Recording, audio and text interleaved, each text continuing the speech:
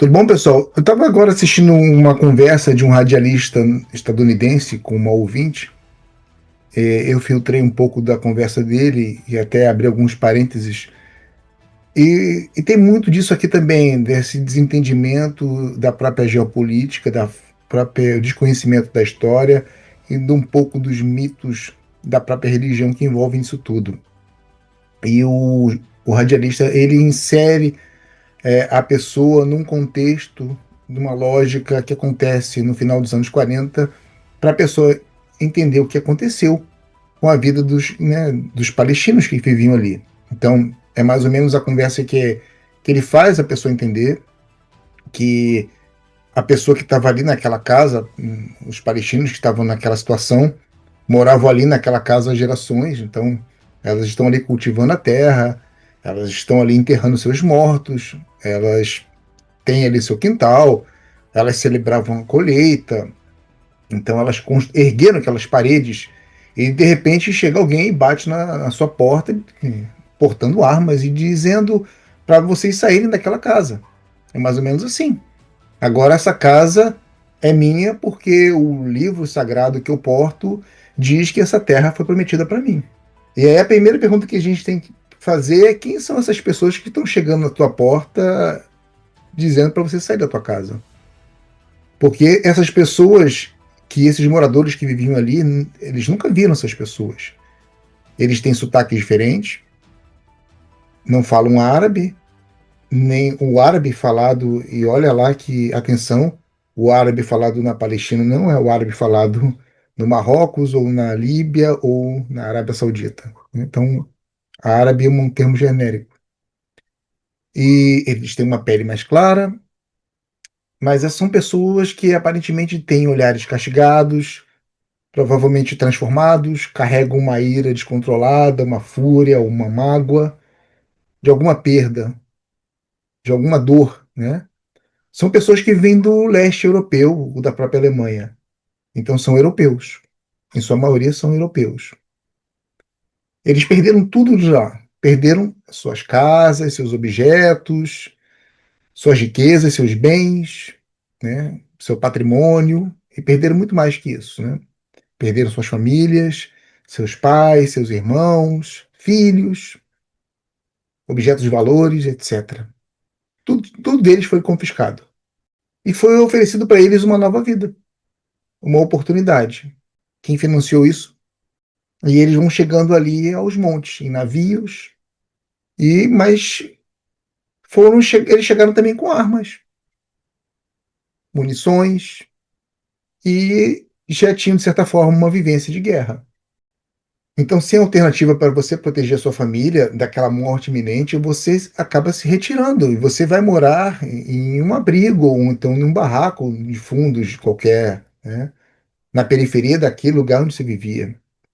E isso vai se acumulando em décadas seguintes e nos anos seguintes, e esse ressentimento e essa indignação acaba crescendo diante dessa injustiça. Porque você não perdeu apenas a sua casa, você vai perdendo o seu hospital, a sua escola, a praça da sua convivência, a sua própria vila, ou uma sua cidade, a sua cidade inteira que você perde. E você vai se multiplicar isso por não só a sua família, mas por toda a sua vizinhança, né? Todo o bairro inteiro perdeu isso. Você perdeu o seu comércio, o acesso à água, às suas terras agricultáveis, e no final de tudo, a sua gente acaba sendo dividida. Então você é separado por um montinho pequeno ali chamado Gaza, né, que fica ali com acesso ao mar, mas você acaba não tendo controle ao mar. E uma outra parte que é chamada Cisjordânia, que o nome já diz Cisjordânia, que por um tempo quem acaba controlando isso é a própria Jordânia. Então você é uma espécie de gado, que você é separado em currais separados. Então, tenta imaginar a frustração dessas pessoas, né, dessa impunidade. Então, você começa lá no passado a atirar pedras nas janelas da sua antiga casa. Aquela casa que foi sua morada, a morada do seu pai, do seu avô, do seu bisavô, de uma geração inteira, agora ela é ocupada por uma pessoa que vem da Europa. E esse novo ocupante dessa casa, da sua casa, ele tem a autoridade de responder, mas não com uma pedra. ele vai ou usar um rifle, ou pior, um lança-foguetes para poder destruir você e a sua família. E ele vai eliminar toda a sua família. Mas então os outros, os seus amigos, os seus parentes, os seus vizinhos ou ex-vizinhos que vivem também nas periferias, que também estão desesperados e que também estão humilhados e também não tem mais nada a perder, eles vão comprar, de alguma forma, vão adquirir ou vão fabricar lança-foguetes rudimentares e vão lançar contra aquela sua antiga casa ou as suas antigas propriedades ou, sei lá, contra fortificações israelitas. Mas o outro lado, que agora é Israel, que já tem reconhecimento internacional, e agora já tem helicópteros, já tem aviões, já tem tanques, já tem mísseis teleguiados, já tem todo um aperfeiçoamento, um aparato tecnológico que você não tem. E atualizando para os dias de hoje, eles têm até drones. Então, é uma desproporção que a gente não pode nem chamar isso de guerra. Eles criaram um dos melhores sistemas de defesa antiaéreo do mundo, né? Que só foi derrubado agora com um ataque maciço do Irão. Você sabe muito bem que a imprensa ocidental não vai divulgar tudo isso, o que está acontecendo agora com Israel. Mas o que a gente sabe é que a resposta de Israel sempre vai ser de forma cada vez mais desproporcional. Então, não é uma reação a um ataque específico, mas uma política de força bruta que transforma cada foguete artesanal em uma justificativa para destruir bairros inteiros. Mas a realidade factual ainda é mais brutal e exige que retiremos as lentes das propagandas ocidentais para enxergar essa verdade. O sionismo político não nasceu na Palestina, ele nasceu na Europa como resposta ao antissemitismo europeu. É uma tragédia que não pode ficar uma tragédia imposta a outro povo. Lideranças judias, europeias, elas vão planejar um Estado nacional. É um direito deles terem um Estado. Ok, tudo bem. O problema é que eles escolheram um território que já era habitado há séculos por outras pessoas. No caso, a gente está falando dos palestinos. E entre o final do século XIX até 1948, a gente começa a ter ondas migratórias de judeus, especificamente os askenazes, que são europeus brancos, em sua maioria, que vão chegando naquela região da Palestina otomana, né? Então, é um território que estava sob a administração turca, e depois passa para o mandato britânico, né? Sob uma lógica colonial típica daquela época, que era ocupar, despossuir ou então substituir, tá? Em 1948, o Estado de Israel foi declarado. A gente não pode nunca negar o Holocausto, como algumas pessoas tentam fazer, mas para os palestinos esse ano tem um nome, o Necaba, que é uma catástrofe, porque cerca de 750 mil palestinos foram expulsos ou fugiram aterrorizados de suas terras. Vilas inteiras foram sistematicamente destruídas. Então, temos massacres documentados por historiadores israelenses que mancharam esse processo. A maior parte da população nativa tornou-se refugiada permanente, proibida por Israel até hoje retornar em flagrante violação ao direito internacional. E essa, digamos, estrutura colonial, ela não sobrevive por mérito próprio. Ela depende inteiramente do massivo financiamento externo, principalmente de potências coloniais europeias, como a Inglaterra, a França, e de forma avassaladora pelos Estados Unidos, que destinam a Israel mais de 3 bilhões, quase 4 bilhões anuais em ajuda militar, sem condições, ano após ano. Então, essa blindagem bélica que garante a Israel uma superioridade militar absoluta na região. A única razão pela qual eles ainda não foram tecnicamente derrotados.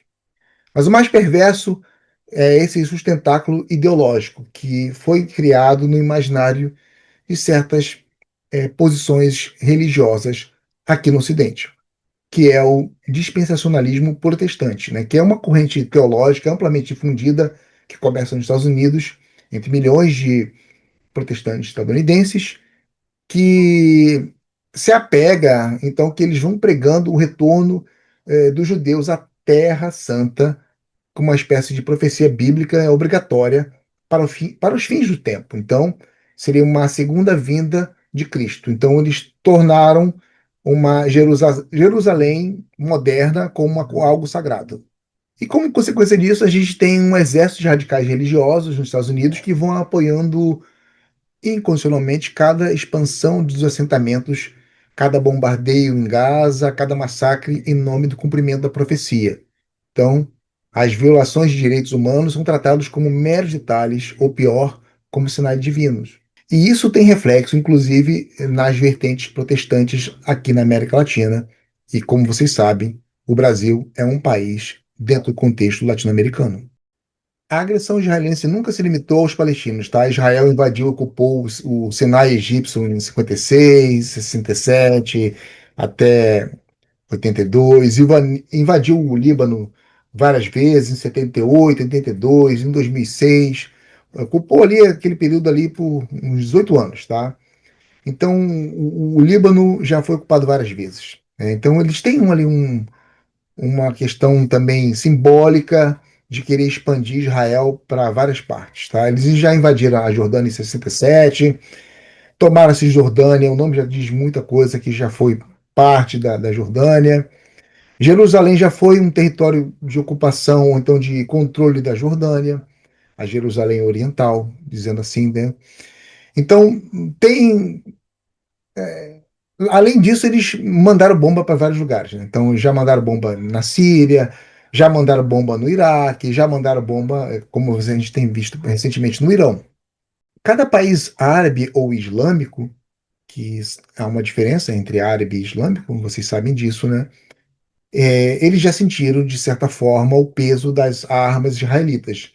E Israel ela age como uma espécie de potência colonial expansionista, e não como um Estado em defesa própria. Com esse dinheiro e essas armas estadunidenses, ela vai transformando o Oriente Médio em uma espécie do seu quintal militar. E a única lei é a força bruta, e as fronteiras alheias são meras sugestões. E por mais que a potência militar de Israel seja avassaladora hoje, ela não apaga a geografia, a demografia e a vontade política de bilhões de pessoas. O mundo árabe e o mundo islâmico somam hoje aproximadamente 1,5 bilhão de pessoas, do Marrocos à Indonésia. A causa palestina não é uma questão secundária, ela é uma ferida aberta da consciência islâmica. Cada agressão a um país vizinho, Egito, Líbano, Síria, Jordânia, Iraque, Irã, ela vai ampliando esse círculo de indignação. E nenhum sistema de defesa aérea pode conter o ímpeto de uma região inteira unificada pela injustiça acumulada. Mas o colapso que se avizinha não é apenas militar ou demográfico, é, acima de tudo, uma crise de legitimidade. O regime sionista vive o início do fim. Porque, especialmente depois daquele 7 de outubro de 2023, até recentemente, o regime sionista está perdendo internamente e externamente legitimidade e velocidade. A gente tem mais ou menos dados estimados de quase 73 mil mortos na faixa de Gaza. Entre eles, claro, quase 22 mil crianças mortas. 30% total das vítimas são crianças. E tem gente que vai dizer que essas crianças eram terroristas. Além do mais, a região de Gaza totalmente destruída. Então, sem legitimidade, nenhum regime sobrevive apenas pela força das armas por muito tempo. Você precisa de legitimidade dentro das suas próprias fronteiras e na opinião pública internacional. Israel está perdendo ambas. E por isso abala a própria sustentação desse projeto sionista. Tem muita gente que confunde sionismo com semitismo. Se você não entende as coisas, estuda primeiro isso aí, para não me acusar de antissemitismo. Beleza?